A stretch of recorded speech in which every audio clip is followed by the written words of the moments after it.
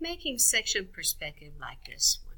All right, so go to level 1, establish a view. All right, let's say we're looking at this angle. So I'm going to go with my camera, place my camera someplace over here, and I would like to look at this angle like this.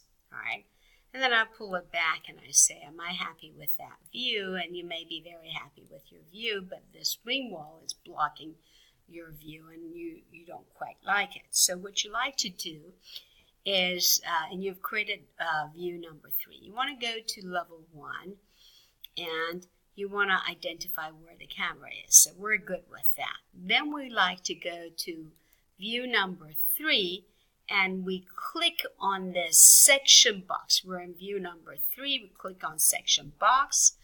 Then while we're in level 1, we're going to right mouse click and we say show the section box. So it's actually showing the section box for our view there.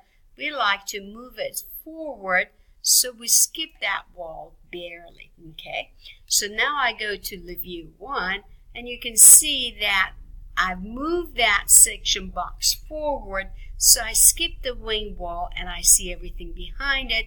Here's my section box. So I'm just going to turn this off so it doesn't make me very uncomfortable to see it. I also will hide this element so it wouldn't make me very difficult to see it. And then I'm just going to render it so it's easier for me to see it, realistic, so it goes like that.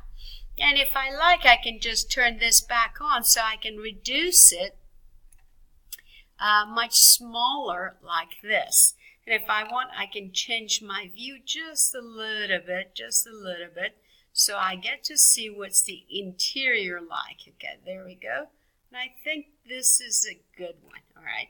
So if you're happy with this, and if you don't like the person being there, that's fine. You can just temporarily move them because he doesn't look like he belongs to that hunting shelter.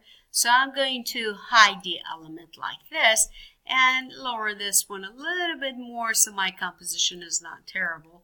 So this is my sectional view. I'm going to look at it like this, and I can certainly render it by clicking render, go to either draft or medium and quickly render it, and it'll finish rendering it for me, and I have the section perspective done with that process. Once I am done, I can actually export it. Once I'm done, I can actually export it and I can do any type of slide. So I can export it like this and I can save it on any specific file that I like to have.